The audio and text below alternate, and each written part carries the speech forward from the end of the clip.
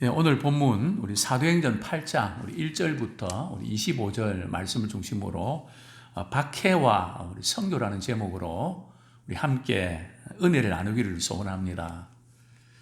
수년 전에 본당 샘물교회 선교팀들이 가서 이렇게 죽음을 맞게 되는 그런 슬픈 소식을 듣고 또 많은 국민들이 또 우리 교회 내에서도 왜 가지 말라는 그곳에 가서 이렇게 어려움을 겪게 하느냐. 그래서 선교에 대해서 좀 다시 한번 우리가 신중하게 모든 고려해야 된다. 이런 논의를 한 적이 있습니다. 그래서 우리가 이 선교는 닫힌 지역, 열린 지역이 있습니다. 닫혀 있다는 것은 공산주의라든지 이슬람권이라든지 복음을 전하지 못하도록 되어 있는 나라, 그걸 이제 닫힌 지역이라 그러죠.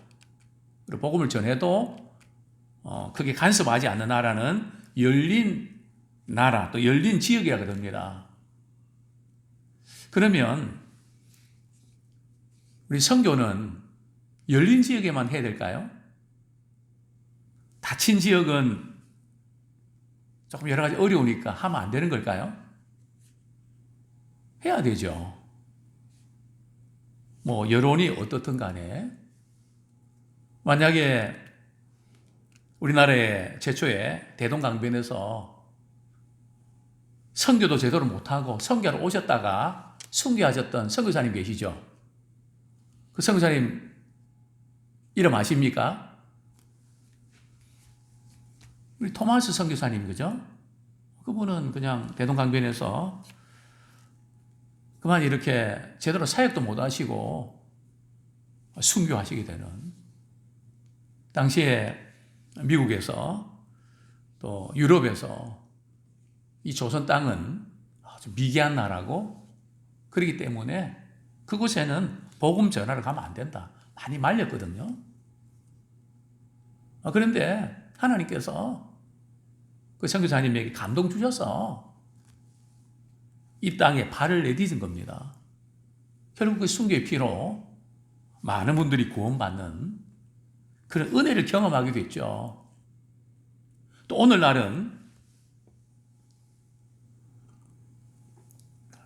코로나로 인해서 선교가 많이 어렵다 보니까 교회 내에 좀 이렇게 운영하고 이런데도 재정적으로 어려운데 멀리 그냥 그 선교 꼭 그렇게 해야 됩니까? 그렇게 생각하는 분이 많은데 그 생각은 대단히 잘못된 생각입니다. 그래도 해야 됩니다. 반드시 해야 됩니다. 생명 걸고 해야 됩니다. 굶더라도 해야 됩니다. 왜냐하면 하나님의 명령이기 때문에 그렇습니다. 이건 절대 양보하면 안 돼요.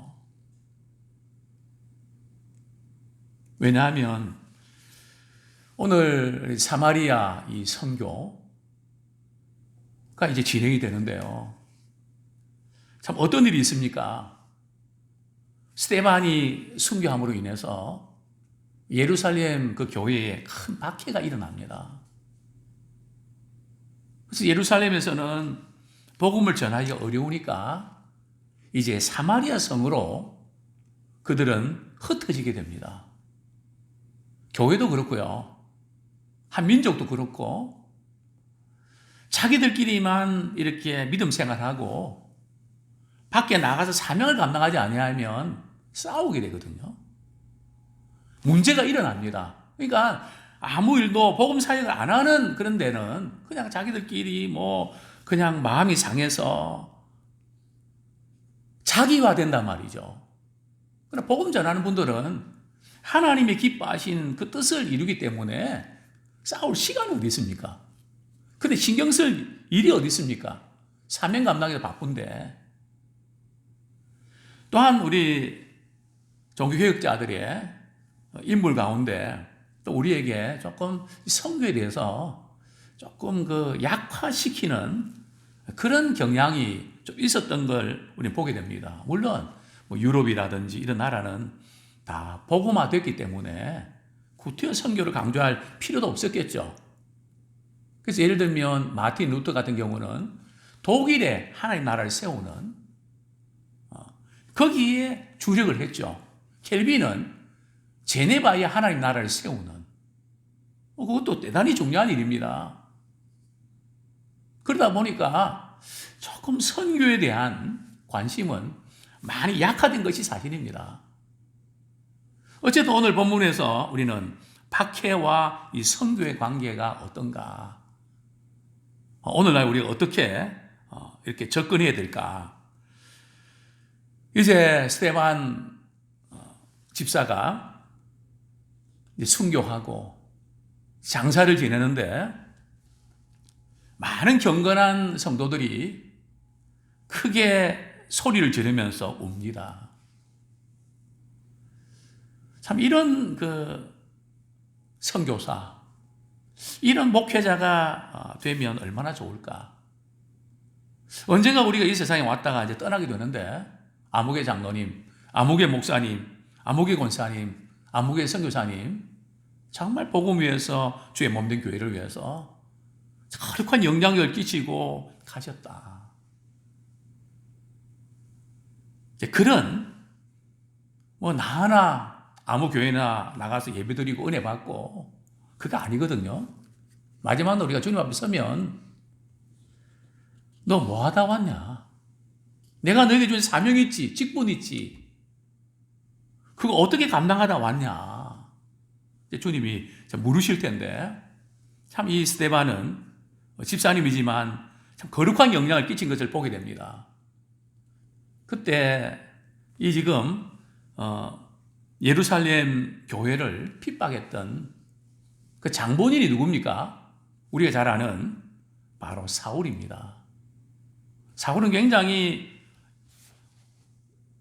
인테리어하고 인테리어를 했다는 게 아니고요. 되게 아주 학문적으로 뛰어났다는 거죠. 박사학위도 몇 개 있고요.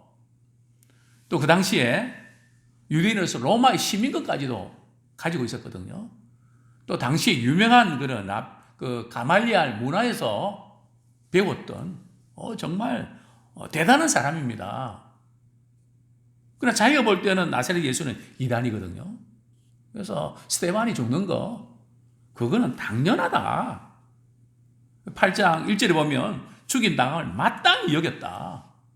그러면서 이 사울은 지금 기독교인 이 잔당들 싹쓸이 해야 되겠다. 다 없애버려야 되겠다. 그래서 3절에 보면 사울이 교회를 잔멸할세. 이 잔멸이라는 뜻이 뭘까요? 이 잔멸은 시편 우리 80편 13절에 보면 멧돼지가 이 밭을 이렇게 상해하는, 그러니까 멧돼지가 밭에 들어가고 말이죠. 짓밟아서 완전히 근데 1년 이렇게 애써 이렇게 심었던 것 다 망쳐놓는, 그러니까 기독교 씨를 말리려고 하는 이제 이런 일을 사울이 했다는 거죠. 그러면서 각 집에 이렇게 가서 예배드리고 또 기독교를 또 예수 그리스도를 선포하는 그 남녀 할 것 없이 체포해서 투옥시키는 이런데 앞장섰죠. 그러니까 이제 예루살렘 교회 우리 성도들이 도저히 여기서는 어떻게 할 수 없으니까 정든 고향을 두고 흩어지게 됩니다. 생계 문제도 사실은 걱정이 되고, 그럼에도 불구하고 그들의 관심은 바로 복음 전하는 데 있었습니다. 복음의 말씀을 두루 전하는 거기에 그들이 관심이 있었죠. 자, 여기서 우리가 조금 한번 짚어보고 싶은 것은요, 이 박해는 또 다른 선교의 발판이 되기도 합니다. 우리 한쪽이 이렇게 막히면 다른 쪽은 또 열려 있습니다. 그래서 우리는 한국이 사실은 이제 이 전도하고 이런 부분이 좀 힘든 그런 이제 우리 나라 중에 하나죠. 이미 다 알고 또 경제적인 수준도 있고 옛날 같지 않습니다. 그래서 저희들은 십수년 전에, 그건 뭐 20년도 넘었네요. 동남아시아에 정말 복음이 열려있는 그런 지역에 우리가 교회를 세우고 또 그들을 위해서 기도하고 함께 또 동력하고. 저희들은 인원이 많지 않지만 지금 우리 이장로님 그때 우리 몽골에 가셨던 그 교회는 제 지금 3번째 교회까지 세워졌거든요. 또 거기서 나와서 지금 한국에서 유학하고 있는 그런 우리 분이 계신데 한번 꼭 방문해라고 순댓국 사드리겠다고 결혼까지 했거든요. 이곳에서 복음 전하고. 또 필리핀 하나님의 법교도 마찬가지입니다. 여러 교회들이 세워지고, 그래서 참 하나님 나라가 확장되는 그 일에 아마 합치면 한 2,000명 정도는 될걸요.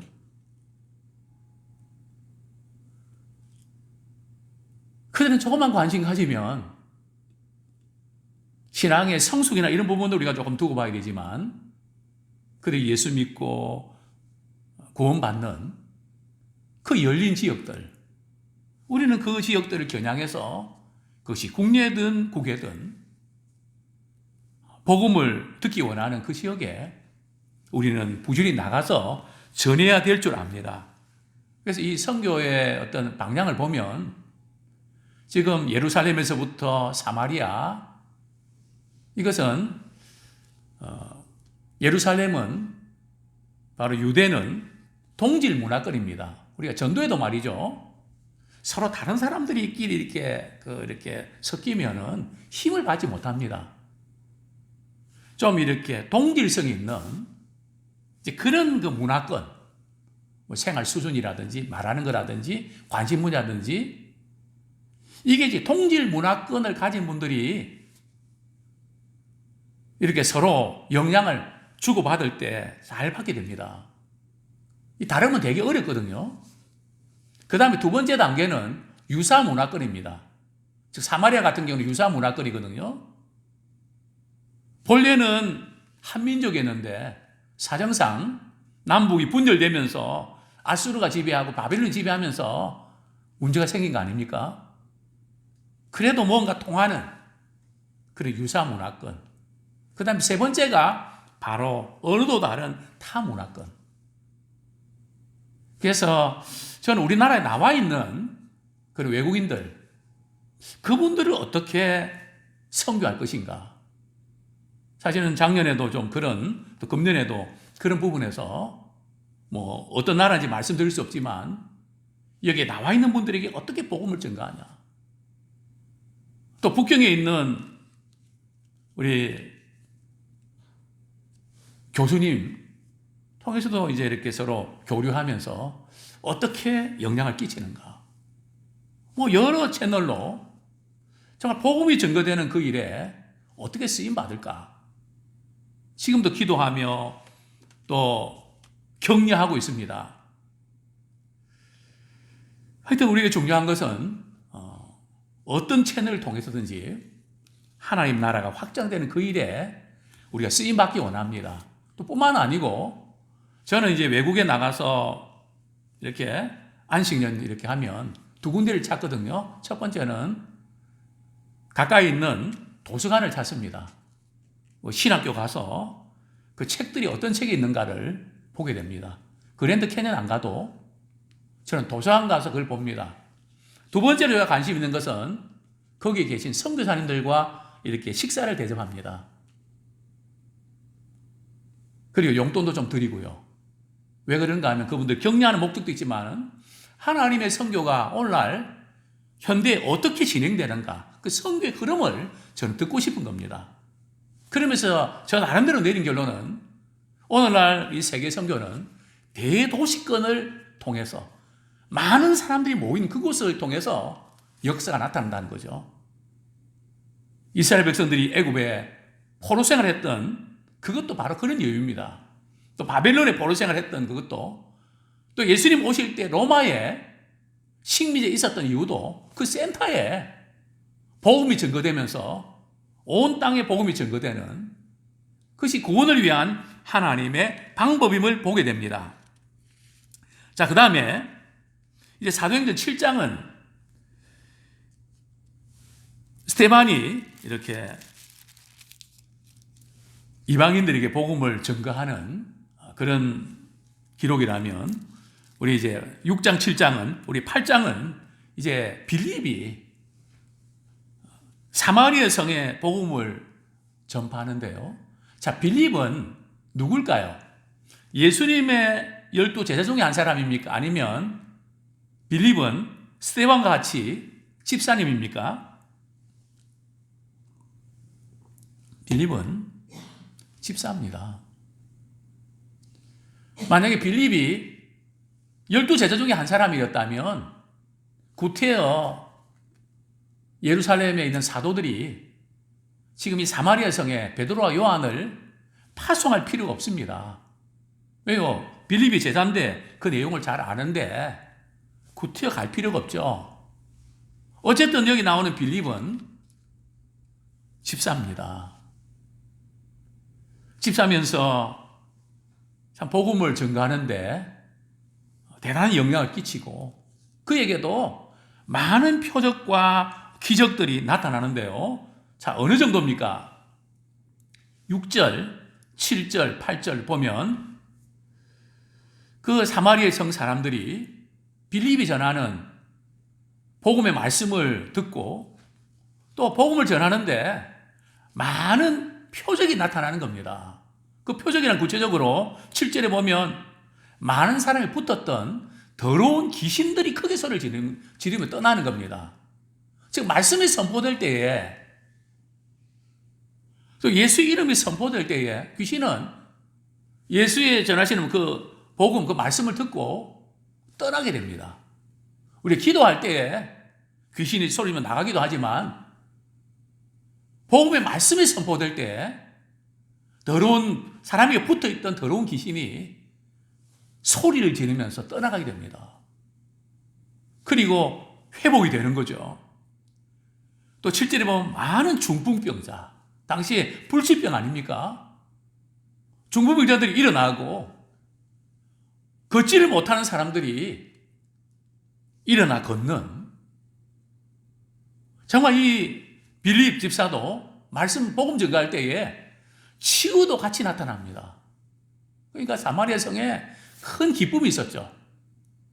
만약에 그들이 예루살렘에 있었더라면 박해를 받으면서 정말 이렇게 고민했을 텐데, 물론 그때 사도들은 예루살렘에 떠났을까요? 안 떠났을까요?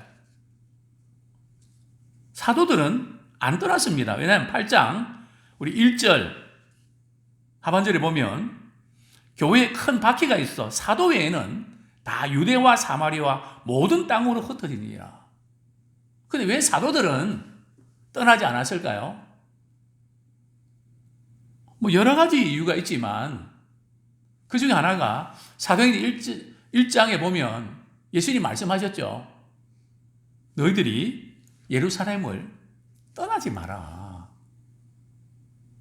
떠나지 마라. 그러니까 예수님께서 사도들에게 예루살렘 교회를 중심으로 전 세계 복음을 확산하는 그런 일에 사도들의 역할이 필요하지 않았던가. 그래서 사도들은 그대로 그 교회를 지키고 있는 것을 보게 됩니다. 다른 성도들은 이렇게 각기 흩어지는데 그 사마리아 성에서 이렇게 놀라운, 그러니까 어떤 데는 복음을 안 받아들이지만은 어떤 지역은 조금만 관심을 가지면 복음을 받아들이고 놀라운 기쁨과 은혜의 역사가 나타나는 그런 경우들이 많다는 겁니다.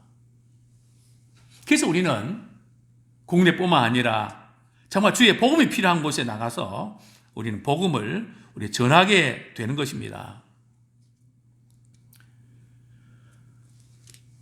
정말 코로나로 인해서 교회 상황이 많이 좀 어려워진 건 사실이지만은 그럼에도 불구하고 우리는 선교사님들을 위해서 또 다른 지역에 하나님의 복음이 전거되는 그 일을 위해서 저는 지금도 기도합니다. 하나님 보실 때 또 필요한 그 교회, 우리 교회에 세우게 해주십시오. 우리에게도 많은 재정이 필요한데. 그죠? 왜냐하면 하나님의 명령이니까. 그러나 늘 제가 감사한 거 있다면 우리가 이렇게 구원하고 기도했던 그 교회 성도들이 우리를 위해서 기도하고 있다는 사실입니다. 늘 기도하고 있습니다. 저는 그 기도의 그 부분이 기도의 영향이 크다고 봅니다. 정말 하나님 나라를 위해서 서로 기도하고 쓰임받는 그런 저희들 되길 원합니다. 자, 그런데 사마리아 성에 이제 선교를 하는데요. 그 성에 이런 사람이 있었습니다. 마술사. 누구죠? 시몬입니다. 시몬 베드로가 아니고요. 마술사 시몬입니다. 그런데 이 마술사 이 시몬은 많은 사람의 존경을 받았습니다. 우리 10절에 보면 낮은 사람부터 높은 사람까지 다 이렇게 따를 정도로, 그리고 자칭 자기가 큰 자다. 그리고 사람들은 이 시몬에게 하나님의 능력이 나타났다고 그들은 믿었습니다. 근데 사실은 어떤가요? 마술입니다. 그 마술은 어떤 거죠? 속이는 거죠. 그냥 이렇게 막 몸을 잘랐는데 보면은 멀쩡하고 그 눈을 속이는 거죠. 또 어떤 거는 이 마술도 속이는 것이 대부분이고 어떤 경우들은 귀신의 능력으로 그렇게 하는 경우도 때로는 있습니다. 그래서 사람들이 볼 때는 야, 시몬에게 하나님의 능력이 나타났구나. 그런데 빌립이 그 동네에 와서 복음을 전하는데 지금 시몬은 자기 자신을 이렇게 숭배하고 내가 최고고 항상 이단들은 그렇지 않습니까? 그런데 빌립은 어떻습니까? 12절, 13절 우리 같이 한번 읽겠습니다. 시작. 빌립이 하나님 나라와 및 예수 그리스도의 이름에 관하여 전도함을 그들이 믿고 남녀가 다 세례를 받으니 시몬도 믿고 세례를 받은 후에 전심으로 빌립을 따라다니며 그 나타나는 표적과 큰 능력을 보고 놀라니라. 그런데 빌립이 많은 표적과 능력을 행하는 것을 보니까 그 진짜거든요. 자기는 속임수인데 저분이 지금 진짜네. 그래서 이제 빌립을 따라다닙니다. 그래서 이 동네에 많은 사람들이 예수님을 믿고 하나님의 말씀, 복음을 받아냈다는 소문이 이제는 퍼졌습니다. 그래서 예루살렘에 있는 사도들이 사마리아에 있는 사람들이 하나님의 말씀을 받았다고? 정말인가? 두 사람을 답사로 보내죠. 그 두 사람이 누굽니까? 14절에 보면 베드로와 요한을 보냅니다. 그래서 사마리아 성에 도착해서 이제 그들을 위해서 무슨 제목으로 기도하죠?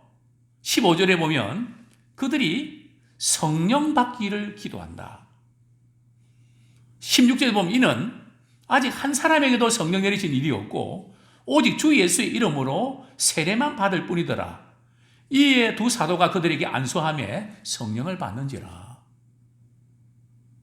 자, 여기서 우리가 조금 고민해야 될 필요는 빌립이 복음 전하고 이럴 때에 그들이 예수를 믿고 세례 받았거든요.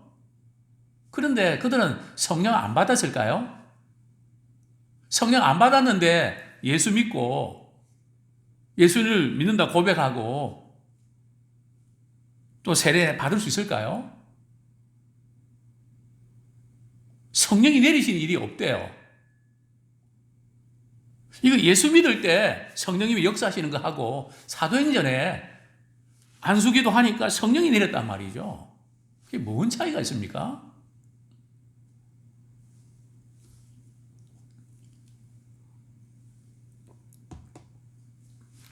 여기에 대해서 여러 가지 해석이 있는데요. 사도행전에서 성령이 내렸다는 그 의미는 우리 예수 믿을 때 우리가 성령이 역사해 주셔서 우리 예수 믿는 그 성령이 내리는 의미는 좀 다릅니다. 이미 지금 초대교회 성도들은 예수님을 믿은 사람들이거든요.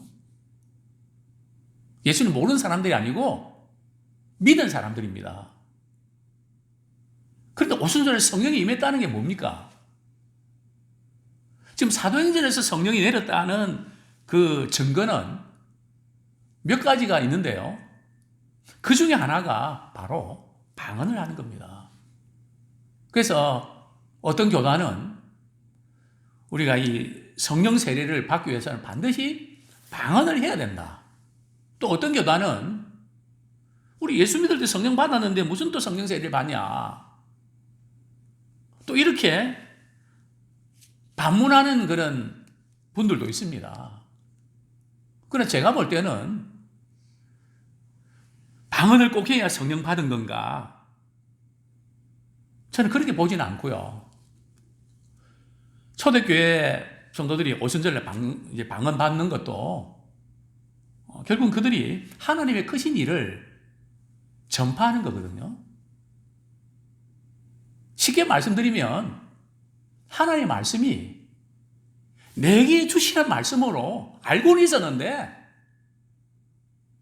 그 말씀을 성령께서 내게 주신 말씀으로 역사해 주시는 그것이 우리가 이렇게 우리가 말하는 방언이든 아니면 하나님의 말씀이 내게 살아있는 말씀으로 들려지든 어쨌든 이 사도행전의 성령께서 지금도 역사해 주셔서 다른 차원의 그런 역사심을 저는 받아들입니다. 그래서 성령이 그들에게 내렸다. 그래서 시몬이 딱 베드로와 요한이 이렇게 기도할 때 말이죠. 성령이 이렇게 내리는 것을 그들은 알았거든요. 또 빌립도 그들이 성령을 받는 것을, 아니 시몬도 그걸 본 겁니다. 물론 시몬이 진정한 신앙이 있었나? 그건 조금 의문인데요. 18절에 보면 시몬이 사도들의 안수로 성령 받은 것을 보고 돈을 들여. 그러니까 이 시몬은 마술사 출신이니까 어쨌든 이 은사를 돈으로 이렇게 생각하는 겁니다. 그래서 내가 이 은사를 받으면 사람들에게 그냥 안수해주고 돈 받으면 꽤 괜찮은 업이거든요. 그래서 우리는 하나님 주신 선물을, 은혜를 돈으로 주고 받는 그것을 우리는 경계해야 됩니다. 우리 직분도 마찬가지고요. 우리가 이렇게 종회나 노회 임원하면서 그런 분들 없겠지만 그냥 돈으로 무언가 할 수 있고 또 돈이 없으면 뭔가 못하는 이런 분위기가 혹시 있다면 그것은 우리가 고민해봐야 될 문제들이죠. 또 은사 집회하면서 돈과 관계돼서 그래서 우리는 심령 부흥하는데 건축하기 위해서 심령 부흥하는 이 부분들 이해합니다. 마음을 못 얻어서 그렇게 하는 거 이해하지만 조금 성격이 다르지 않습니까? 또 그 부분도 그렇게 바람직하지 않습니다.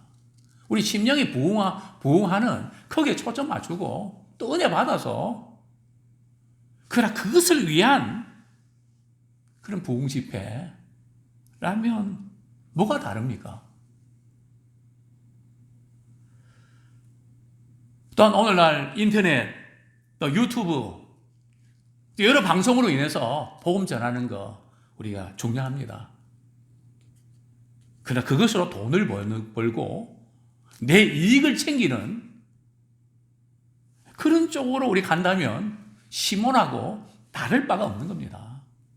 그래서 우리는 하나님께서 은혜로 이렇게 선물을 주셨지 않습니까?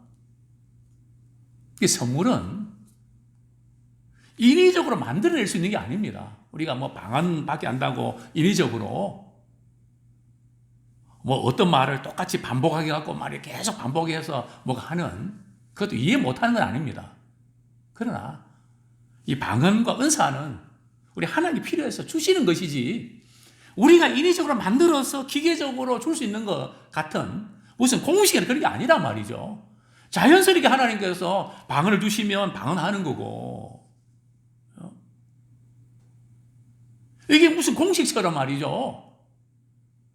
무슨 뭐 이렇게 제품 만드는 것처럼 찍어서 만드는 그게 아니란 말이죠. 그래서 하나님의 선물을 주시는 분하고 받는 분이 관계가 형성되어 있어야 됩니다. 그분은 알지도 못하는데 내가 그분의 능력을 내 거로 만들어서 내 유익을 위해서 쓰겠다. 베드로가 그 이야기를 하죠. 20절에 보면 내가 하나님의 선물을 돈 주고 살 줄로 생각하였으니 내 은과 내가 함께 망할지어다. 부드럽게 표현했죠 말이죠. 내 돈과 너는 지옥이나 들어가라. 그런 뜻입니다. 내 마음이 바르지 못하다. 이 악함을 회개하고 죽게 기도해라. 그러면 혹 마음에 품은 그것을 주님이 용서해 주실 것이다. 너는 악독이 가득하고 불의에 매인 바 되었다. 그러니까 시몬이 회개하고 돌이켜야 되는데 24절에 보면 나를 위하여 죽게 기도해 말한 것이 하나도 내게 임하지 않게 해주십시오. 회개하고 돌이킬 생각 안 하고 그 저주가 나한테 임하지 않도록 항상 이 시몬은 내게 이익되는 거, 내게 도움이 되는 거, 신앙의 실용주의를 조심해야 됩니다. 우리 효율적으로 하는 거 필요하지만 내게 이익이 되는 그런 부분을 우리가 이렇게 부분에 민감한 것은 불의한 일이고 악한 일이죠. 이제 말씀을 우리 정리하겠습니다. 우리가 있는 곳이 병실이면 그 병원에 있는 환자들을 우리가 복음 전하는데 선교에 도구로 쓰임받기 원합니다. 우리 가정이든 근무처이든 우리가 있는 곳에서 선교의 도구로 쓰임받기 원합니다. 저는 군에 있을 때 저와 같이 일하는 20몇 명의 있는 분들 참 사랑으로 감동을 끼치면서 그들이 참 주님께로 가까이 나갈 수 있도록 우리가 어디 있든지 저는 우리 아이들을 위해서도 우리 손주를 위해서도 기도합니다. 하나님 우리 손주를 통해서 우리 하나님 영광 돌리게 해주십시오. 그 친구들 교회로 인도할 수 있도록 도와주십시오. 그리고 그 부모님들까지 교회로 나오게 해주십시오. 어떻게 해요? 저는 우리 세비씨도 그렇고 우리 믿음의 우리 아들, 딸들이 우리 손주들이 이 주변에 있는 상들은 다 쓸어버려라. 그래서 예람교회 하면 예람교회 애들이 다 쓸어버리는 우리 애들, 우리 손주들도 우리 자녀들도 교회 보내야 되겠다. 그게 불가능할까요? 우리도 또 열심히 또 해야 되겠죠. 우리 손주들을 통해서도 선교의 도구로 우리가 사용되기 원합니다. 우리 어디 있든지 또 무엇을 하든지 아무쪼록 마지막 시대에 박해와 이 선교 관계를 통해서 참 박해가 있지만 오히려 선교의 기회가 됩니다. 저는 그렇게 봅니다. 앞으로 우리 사회에 많은 분들이 심령이 공고하고 많은 분들이 자살을 하게 될 것으로 예고합니다. 그만큼 힘겨워질 겁니다. 정말 그 힘들고 목적을 상실한 분들에게 사랑의 복음을 전도해서 그들이 교회를 찾게 되고 정말 이곳에 참된 구원과 행복과 능력이 있구나. 이 진가를 우리가 깨달을 수 있도록 우리는 선교의 도구로 우리 주변에 있는 분들에게 쓰임받기 원합니다. 이 시간 우리 말씀 붙잡고 같이 한번 기도